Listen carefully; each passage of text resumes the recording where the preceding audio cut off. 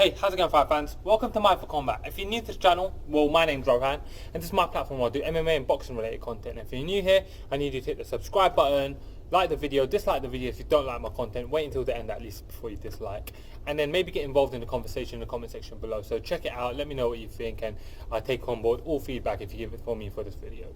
Anyways, for this video I'm going to be breaking down the upcoming heavyweight world title fight between Daniel Cormier and Stipe Miocic. It's an excellent rematch that I'm really looking forward to, and I think it's very important in the heavyweight division. Firstly, with Daniel Cormier, this may be his potentially last fight of his career. So we may be looking at one of the greatest fighters of all time, potentially hanging it up after this fight.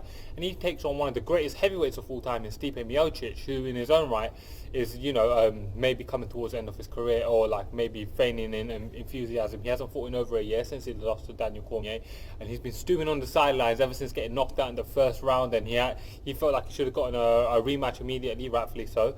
And he sat out until he got his rematch for the world title, and I feel like he'd done the right move by doing that. I must say though, if it was pre-agreed that the winner of that fight will fight Brock Lesnar and then Stipe was moaning about it afterwards, that's not a good look, bro. But I am glad this rematch is happening, because you know what? I don't believe the last fight was a fair reflection on Stipe Miocic's ability, and I think this fight we're going to get a chance to square it up once and for all, and get to see who exactly is the #1 heavyweight in the world at this time, and then on the back of this, maybe be paying tribute or homage to one of the greatest fighters to ever do it in Daniel Cormier. So coming into this fight, when we're looking at the tail of the tape, let's get into the tail of the tape first. Daniel Cormier is 40 years old. At 40 years old, having wrestled since a young age, having had all these MMA fights now, he's had 23 pro fights. He's obviously had that tough rivalry with John Jones where he got brutally KO'd in July 2018. July 2017. So it was a bit longer ago than that.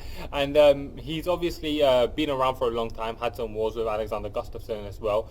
And you got to consider what kind of wear and tear damage Daniel Cormier has built up since all his time fighting, competing in wrestling, and at this age, reflexes slowing down, everything else that's going on.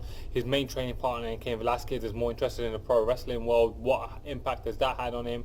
Luke Rockholds, of course, greatly diminished himself, and that's been another one of his great training partners. How is that all impacting Cormier coming into this fight? He fights Stipe Miocic, who's 36 years old, at a heavyweight that's still a prime age. He in his own right has been around for a pretty long time, and he's obviously coming off a brutal knockout loss, but I believe that year layoff actually helped him out.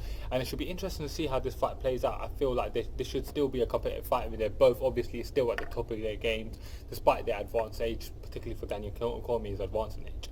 Daniel Cormier has a pretty exceptional mixed martial arts record of 22 wins with 1 loss and 1 no contest. Suppose he could be 22-2, but then Jones tested positive for steroids, so that's his own fault, and rightfully so, the win got overturned to a no contest.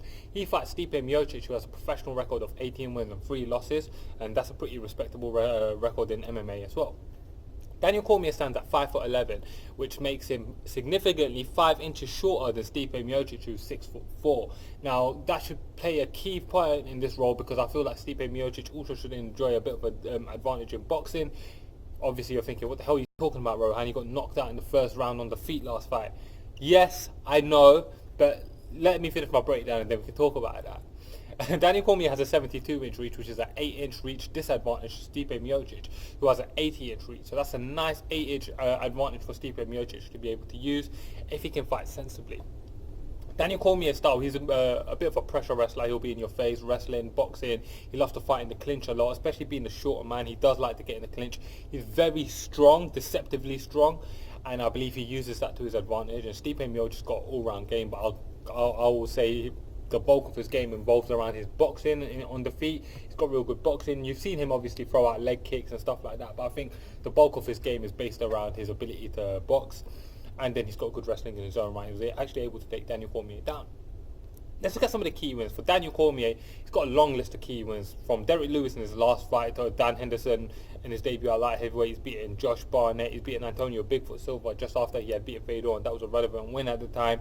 He's beaten Stipe Miocic himself in his last fight, Stipe's last fight just in July 2018 when he knocked him out in the first round.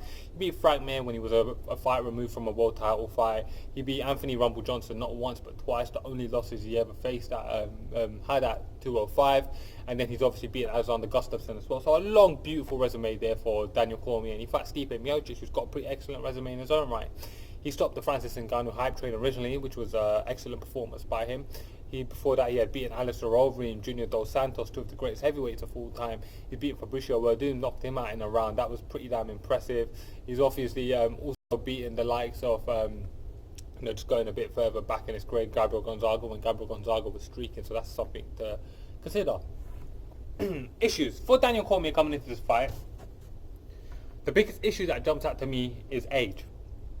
At 40 years of age, what does Daniel Cormier still have left in him at this point? He's obviously had a long competitive history. Does he still want to compete at that level anymore? Is it really that appealing to him anymore? You know what I mean, age? And also, I do wonder, is he coming into this fight with a false sense of security in that he knocked out Stipe Miocic in the last fight? When I've heard his interview since then, he's obviously shown that, yeah, look, I need a full camp to prepare for Stipe, giving him the respect he deserves. But mentally, is there a thing in his head thinking, yeah, I knocked him out last time?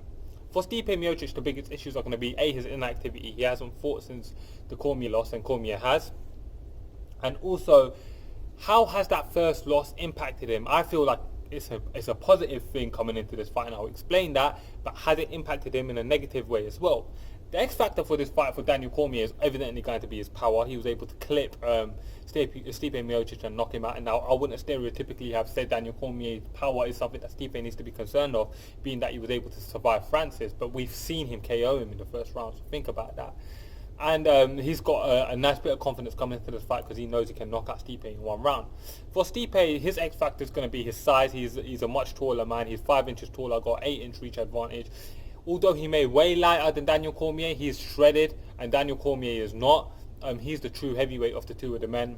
And Stipe Miocic, I would say he's got a bit more of a dynamic all-round stand-up game and stuff like that. So I think that should impact him. And the loss, what I was touching on earlier, was that the loss could be serving as motivation for a guy who had defended the world title the most in any in the history of the heavyweight division. For a guy who had been around for as long as Stipe, you have to wonder. Was he starting to get complacent? Then he gets knocked out by Cormier. What fire does that burn in him? He's obviously sat on the sidelines talking crap about Cormier for over a year now. Where does that put him? What's going to happen? What's going through his mind? He has to perform now. What motivation does he have coming into this fight? I have to assume he's incredibly motivated. Let's get into the prediction and see how. Let me tell you how I see the fight going. So we know that Stipe Miocic can wrestle with Cormier. He was able to take Cormier down. Even if we to say Cormier beats him in a straight up wrestling match, I believe that Stipe Miocic has a nice size advantage over him that he can utilize to keep it competitive. He's obviously a great wrestler in his own right, maybe not to the level of Cormier, but we know that he can wrestle with Cormier.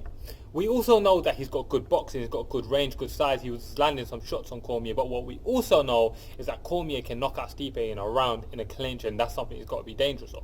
I felt like in the first fight, Stipe was getting too comfortable to get into clinches with Cormier, and every time, even before he got knocked out, I was wondering why he was allowing himself to get hit as much as he was by Cormier in them clinches, and I felt like that was a bad move for him. Obviously, it worked out to be a bad move. Coming into this fight, I believe that Stipe is going to be a lot more respectful of Daniel Cormier's ability to knock people out. I think one thing that we need to consider in this fight is that coming into the last fight, he was obviously coming off his fight with Francis Ngannou, and was he maybe thinking to himself, yeah, I can take anyone's power. I took Francis's. Was that a mental thing that was coming in, and did that play out in front of us? Is that something that happened? I don't know, but it's something to think about. And for Daniel Cormier, how's this going to play out? Is he going to have that false sense of security like I thought? And is he going to be too willing to stand up with Stipe Miocic, trying to think that he's going to be able to knock him out again? And if that happens, which I feel like it may, I believe Stipe will be able to utilize that to his advantage, getting some nice combinations, touch up Cormier a bit, and be able to do some damage that may last. So in my opinion, I believe that Stipe Miocic should be able to keep a range. I think he's going to be able to fight smarter in this fight, and he's going to be able to keep it on the feet, and he's going to be able to land some combinations, kicks in, and do some damage on Cormier. So what I'm thinking is going to happen is this. Now, obviously, I could be very wrong here, given the fact that Cormier knocked him out in the first round in the last fight. He's obviously got the ability to do it. But the way I see this fight playing out is that it's going to play out on the feet. I believe that Stipe's got the wrestling to keep it standing if he wants. He's obviously size advantages with him as well. And I believe on the feet that Stipe is the more proficient technical boxer. I feel like if I put these both in a boxing ring, put boxing gloves on them, that Stipe will walk away the winner. With that being said, I feel like that's that advantage that Stipe enjoys, and he's going to be able to utilize that to his advantage. I feel like he'll be much more cautious of Daniel Cormier's power, and he won't make the same mistake again. Getting knocked out in the first round is always good to take some time off, so I'm glad that he's had the layoff, and I don't believe that 1 year is inactivity enough where it should start to impact his performance, particularly a world heavyweight championship fighter. This ain't Nate Diaz, who had 3 years off, for example. So I believe that Stipe Miocic is going to be able to keep this on the feet and get the victory.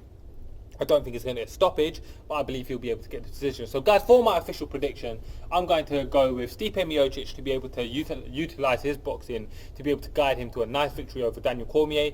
Of course, Daniel Cormier can be able to win this fight at any moment in time. That wouldn't surprise me at all. It's just how I see this fight going. So guys, please comment below.